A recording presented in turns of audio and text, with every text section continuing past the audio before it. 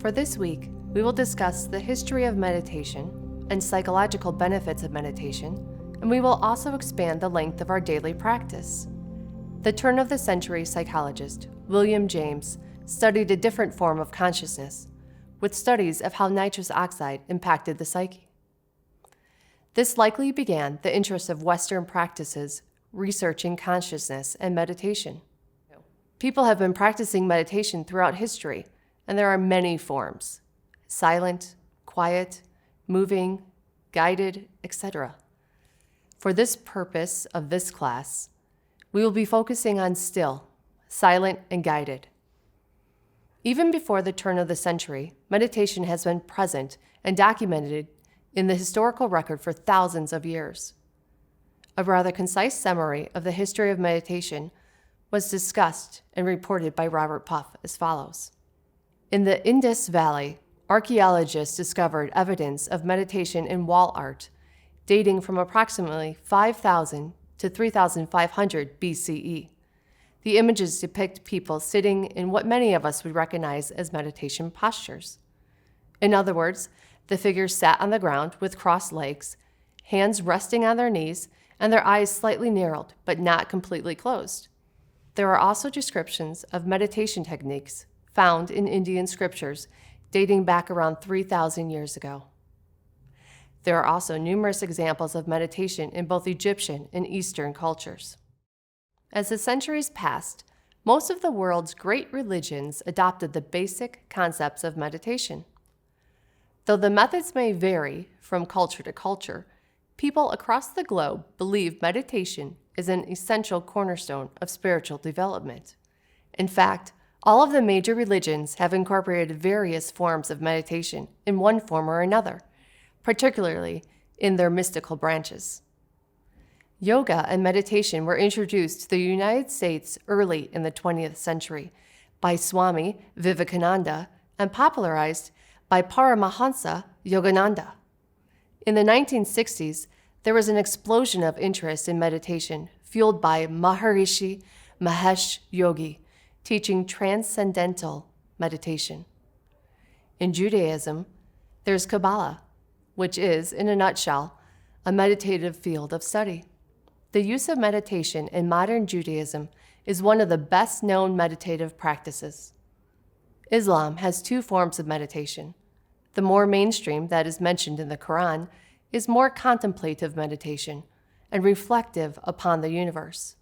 The second, less accepted and more mystical form is Sufism. Buddhism has numerous variations, including Zen, Tibetan, and Theravada. Most Buddhist traditions involve finding the path to enlightenment, and meditation is an essential way to do this. But what about people who practice traditional Christianity? In his book, The Relaxation Response, Dr. Herbert Benson states, "The term meditation is difficult for some people to grasp because it may connote exotic Eastern cults or Christian monks who spend most of their waking hours in monastery cells contemplating God." There are many Christian practices that are considered forms of meditation. Besides Christian monastic life, other connections within the Christian religions include counting rosary beads and the adoration, which focuses on the Eucharist. Scholars point out references to meditation in the Bible, such as the statement in the Old Testament that reads, "Be still and know that I am God." Many interpret this as a directive for people to quiet their minds through meditation. Prayer is asking. Meditation is clearing the space to receive answers, guidance, and information. Next, I'd like to talk a little bit about the psychological benefits of meditation. I'll cover current research on psychological benefits of meditation, as well as cover some spiritual healing research. So it turns out that meditation has been around for thousands of years in many forms and fashions. The benefits are fairly recently being studied by Western researchers over the last 100 or so years. There are thousands of medical papers on the topic of meditation. As of the day I prepared this lecture, there were also 3,162 titles according to APA PsycNet. the American Psychological Association's research database, discussing and/or studying meditation. Now that we know meditation has been around for thousands of years, let's look at how Western researchers are catching up with what our ancestors inherently knew. Modern medical research has found that a regular meditative practice is effective in treating, reducing, and/or improving many conditions. For example, stress. Some current practices, such as John Kabat-Zinn's mindfulness-based stress reduction, is designed to quiet the mind and align mind, body, and spirit such that we become more present-focused. As far as anxiety goes, a regular meditation practice only daily for 15 minutes per day over time will reduce one's experience of anxiety. Mindfulness-based cognitive therapy helps manage depression, and loving-kindness meditation is effective in treating trauma. In Studies of Meditation, Prayer, and Spiritual Healing, the Evidence, the author discusses in this large study, the evidence was supported by 5 primary areas of data: cross-cultural, survey studies, public health records, mind-body medicine, and clinical studies of distant healing. The results of the study were amazing. 73% of adults believe praying, a type of meditative practice for someone, facilitates healing. Spiritual and religious practice is positively associated with physical outcomes. 1,600 studies have been conducted examining the correlation between spiritual practices and health. The evidence is overwhelming. Basic science on mind-body medicine talks about that in many cultures, including the Hawaiian kahuna tradition, spiritual practitioners and healers are one and the same. Positive relationships are present between spiritual belief and practice and health outcomes from epidemiological data. Consider the placebo effect. How does this occur?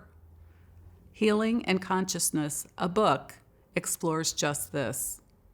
Is the placebo effect related to intention? An ongoing wound healing study, initial data suggests that intention of healing can actually influence the physical well-being of the other person. Regarding distant healing research, positive relationships have been found to produce statistically significant positive results, such that distant prayer, positive intention for healing, positively affects the health of the receiving person. Further data and research can be found by Wabe in 2021. Regarding spiritual education, today 101 medical schools incorporate patient spirituality in the curriculum, up from 17 in 1995. Next, I'll discuss a summary of some of the psychological benefits and current research on meditation.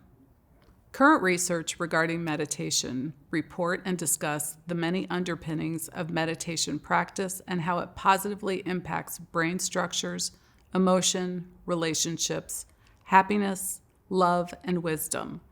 Many researchers believe that something transcendental is involved with the mind, consciousness, and the path of awakening. Call it God, Spirit, Buddha, nature, source, or by no name at all. Whatever it is beyond our physical universe. Furthermore, it is understood, though not yet scientifically proven, the mind is what the brain does. During a beginning meditation practice, it is common and expected that one will experience a wandering mind. We mentioned this earlier. With practice, we return our attention away from wandering to center. Each time we choose our thoughts and redirect our mind to the focus of our meditation, we are developing and strengthening neural pathways. It is widely understood and researched that what happens in your mind changes your brain. This happens both temporarily and in lasting ways.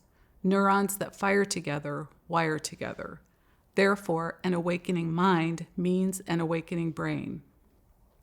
We can use our mind to change our brain, to benefit our mind, and everyone else whose lives we touch, like a ripple effect. The brain evolved to help us survive, but its primary survival strategies, regulation, learning, and selection also cause suffering. Meditation, or mindfulness, leads to new learning since attention shapes neural circuits, also drawing upon past learning to develop steadier and more concentrated awareness. The path of awakening involves both transforming the mind and brain and uncovering the wonderful true nature that was there all along. Small positive actions every day will add up to large changes over time as we build new neural structures. With continued practice, it becomes easier, more accessible, and the benefits will increase.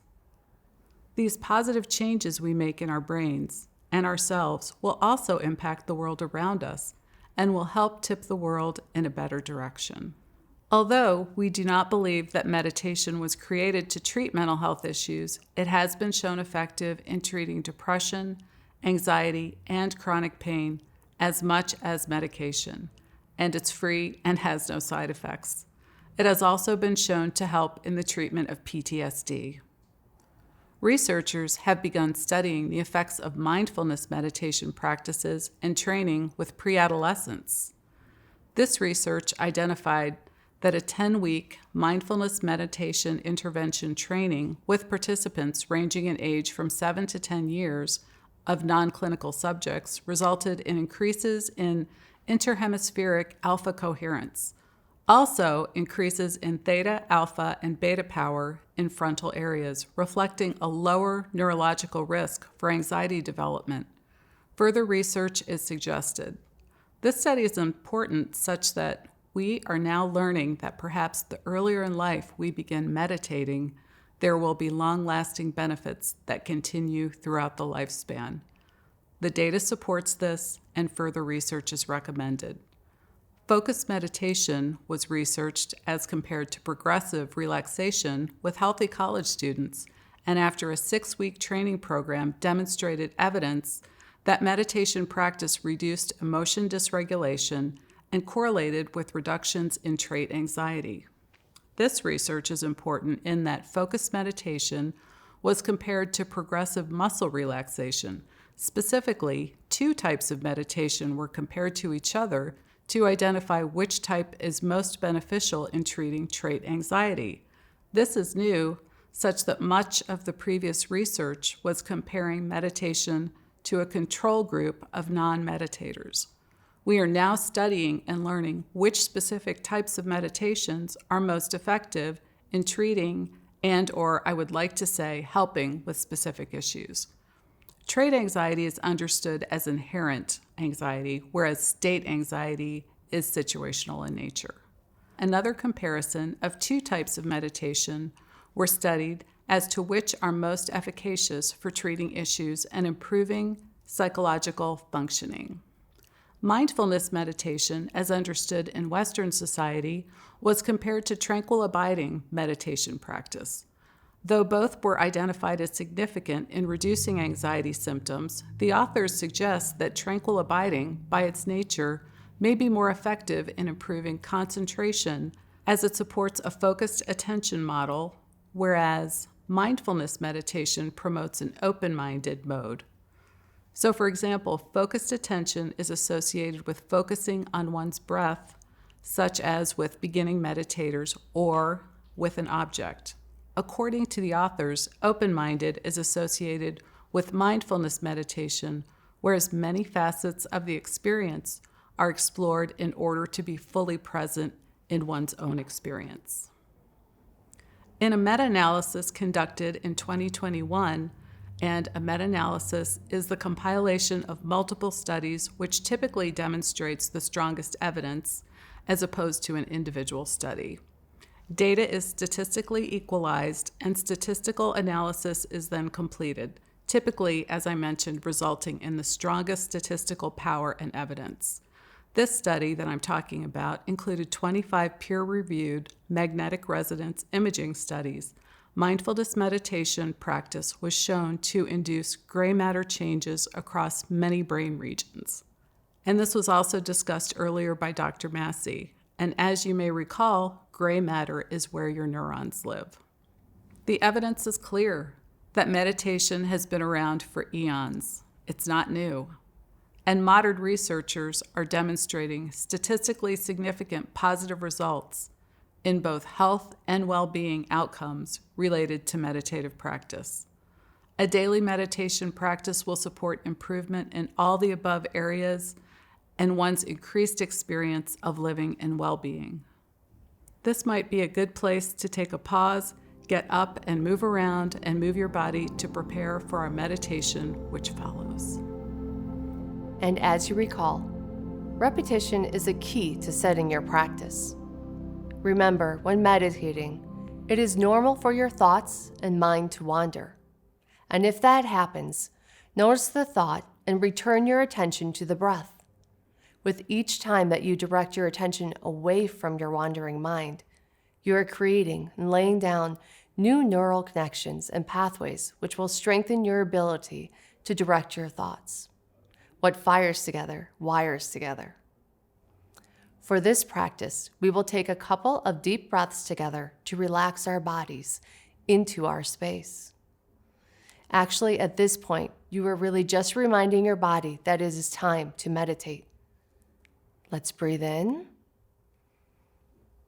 and breathe out. In and out. Let's begin our meditation with a grateful heart. We have learned to quiet our mind and turn within. Sit comfortably in your chair, and for this practice, you will breathe in through your nose and out through your mouth at your own pace. This facilitates energy flow around your body. The sound of your breath is audible. We can hear it. Breathe in and out at your normal pace.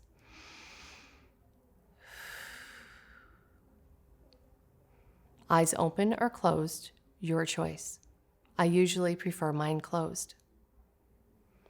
We will begin by setting your intention and placing it in your mind's eye. I usually start with something like, I am calm, or I am divine optimal health. Please choose your own intention. So let's begin. I will set a timer for 20 minutes.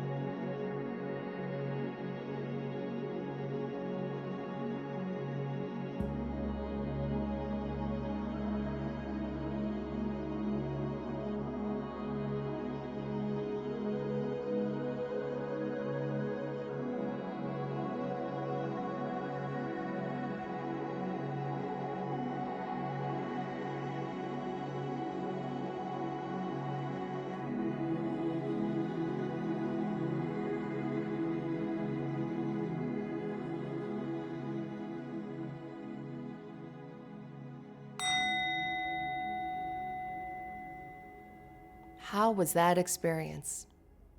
Take a few moments to write down your thoughts in your journal. What was your experience? Write it down. Thank you for sharing your practice with me. Let's pull forward the intention you set for yourself at the very beginning of this course. Just pull it forward and hold it in your heart, and begin to observe and notice how it feels to you. Does it resonate on the same level? You may have found that you have outgrown that intention now. You may have surpassed it, and it may be time to set anew. Take time to do so, and if you feel it still resonates the same, then keep it. Feel the intentions. Allow your feeling to guide you. Now you have achieved a 20-minute breathing meditation, which you will practice daily and continue to practice. And as we move into longer meditative practices, it is common for us to begin receiving information.